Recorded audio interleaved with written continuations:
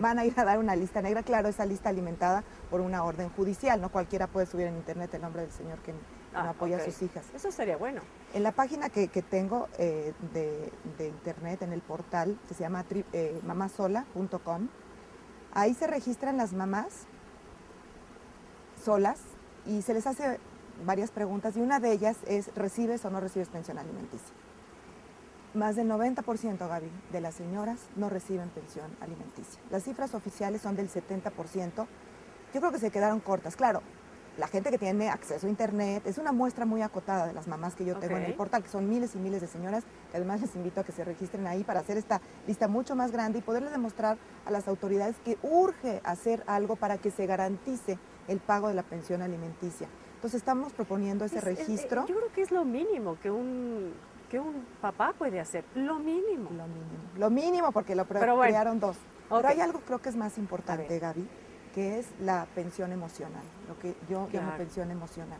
O sea, la participación activa, amorosa en la formación de la mente y del corazón de los chavos, ¿no? Que como decíamos en un principio, es una oportunidad además que te da la vida y que no te puedes perder de ello, ¿no? Muchos de los señores arrepentidos cuando están llegando al final de su vida, a lo mejor no se arrepienten de haber ido más horas a la oficina o tal, pero sí de no haber estado junto a esos hijos, cuando tienen tantita conciencia, cuando de repente esa luz de la conciencia les ilumina su alma, ¿no?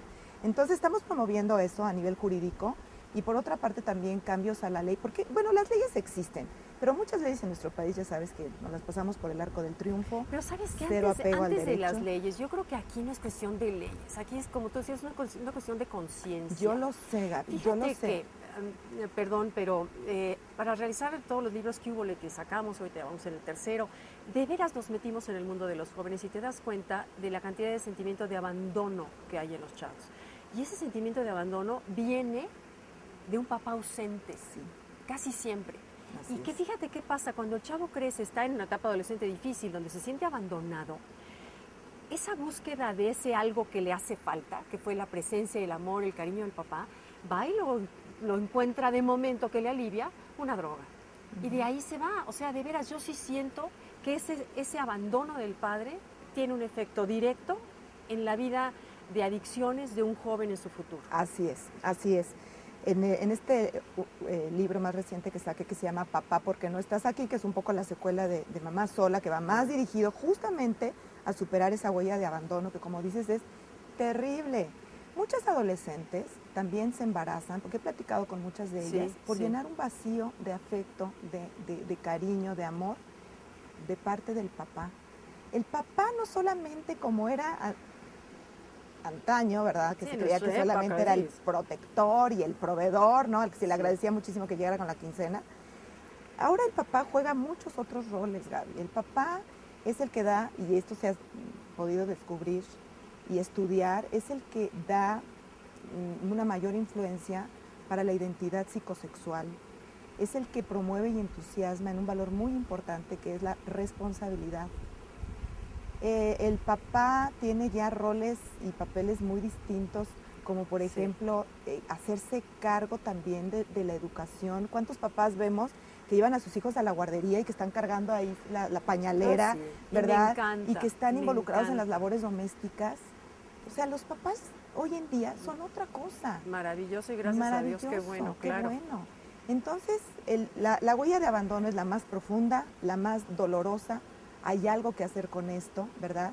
Y además, como tú dices, es cuestión moral, ¿no? Es cuestión ética, es cuestión de conciencia. Yo estoy de acuerdo contigo, Gaby. Sí. Pero ¿cuántas generaciones nos las hemos pasado, ¿no? Con esa esperando, con esa esperanza de que el Señor la conciencia lo despierte responda, un poco, claro, y no responde. Entonces esto es como un caballo de Troya. Hay que conminar, o yo no quiero utilizar la palabra coaccionar, pero sí de alguna manera obligar, que sirva como cuña. Un papá que no cumple, como sociedad, tenemos que tener una sanción social, un castigo público. Yo no sé si es a través de exhibir los casos o no, ¿verdad? y a lo mejor Como también los que por no ahí pagan en aparecerán las las mamás. privadas o en los edificios, ¿no? Cuando no pagan y ponen la lista de los... Exactamente. ¿Y dónde se exhibiría esa lista? ¿En Internet? En Internet, alimentada por una orden judicial. Ajá. De hecho, ya existe en otros países, incluso menos progresistas como el nuestro, como en Perú. Bueno, tú sabes, en países, por ejemplo, como Francia o muchos otros países del primer mundo, no solamente el que no paga una pensión alimenticia, sino el que no educa a su hijo, va a dar a la cárcel. ¿A la cárcel? A la cárcel, ahí mandan con cuentos. Estamos proponiendo también, Fíjate. y ojalá que en un futuro se pueda dar, estamos en la etapa de sensibilizar a los señores de esta legislatura que acaba de entrar, de que se apruebe también una ley para reducir de su afore, del Fondo de Retiro del Trabajador, la pensión alimenticia. Pues sería maravilloso. Sería maravilloso. Mucha gente dice, qué violento, no puede ser, te vas a cobrar a lo chino. Oye, pero es que tú sabes lo que les cuesta a tantas madres estar yendo, ¿no?, a los juzgados familiares, a estar cobrando una pensión alimenticia. No, bueno. Pero si te parece, vamos a ver ahorita cómo están las estadísticas respecto a las madres solas en este país.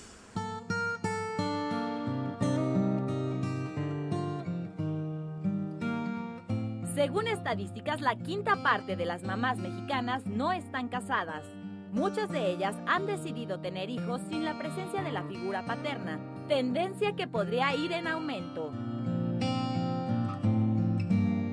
En este sentido, cifras proporcionadas por el CONAPO indican que en México, de los 25 millones de mujeres que tienen hijos vivos, casi 4.5 millones, que es la quinta parte, son madres solas.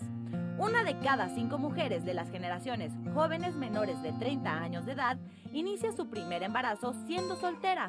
A su vez, por lo menos la mitad de las mujeres en edad reproductiva en el país educan solas a sus hijos.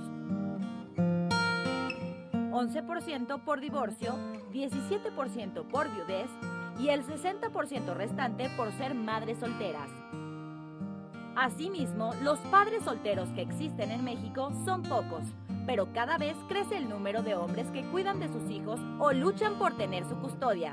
Desde el año 2000 comenzaron a aparecer en las estadísticas y el Consejo Nacional de Población dice que se trata de un sector emergente entre la sociedad mexicana, pero no significativo en países europeos. Se trata de 841,000 hombres que de manera inesperada se convirtieron en padres solteros por situaciones de migración laboral, viudez, divorcio, separación o abandono. Julieta, una mamá sola, además de enfrentarse a la situación económica difícil, a la situación de que no tienes con quién compartir tus problemas, el problema de algún hijo, está llena de sentimientos que le hacen la vida más difícil. ¿A qué se enfrenta una mamá sola en cuestión de sentimientos, de emociones? Sobre todo, Gaby, cuando no lo ha podido superar, ¿no? Muchas mamás solas cargan pues con mucha frustración, ¿no?, de no poder consolidar una familia. La mayoría de las mujeres nos casamos pensando que va a ser como para toda la vida. Claro. Nos enojamos, ¿no?, sobre todo con el papá que no responde. Pero contigo misma también, ¿no? Con uno mismo también, y se empiezan a generar sentimientos de culpa, ¿no?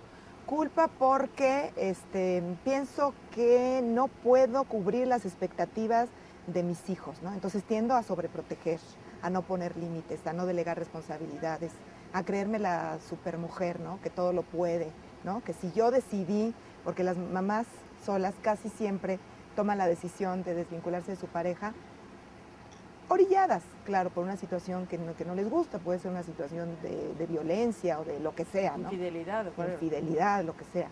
Pero toman la mayoría de ellas la decisión, entonces sienten como que si tomaron la decisión, entonces hay que cubrir las expectativas, ¿no? Y que no sufra el hijo. ¿Eso te pasó a ti? Eso me pasó te a mí. motivó No, a y me escribir sigue el pasando. Y me sigue platícame, pasando, ¿no? ¿Tú a qué te enfrentaste cuando tú te quedaste como una mamá sola?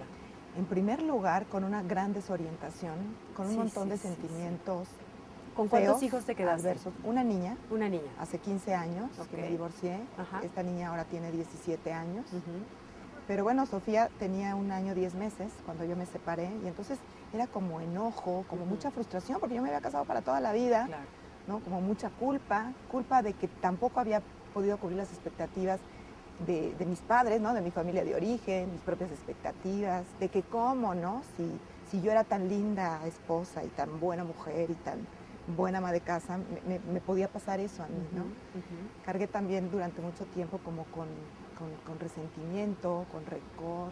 Bueno, las mamás solas que nos están escuchando sabrán a lo que me refiero, una gran impotencia, ¿no? Poca claridad en un proyecto de vida, ¿no? Con una hija, te da mucho miedo. Sientes que le estás quitando esa posibilidad de convivencia. Afortunadamente el papá de mi hija ha sido un papá emocionalmente presente. Qué bueno. Que a mí eso me parece muy bueno. Y luego pues empecé como a encontrar respuestas a través de muchas cosas, ¿no? Ya sabes, de cursos, de libros, del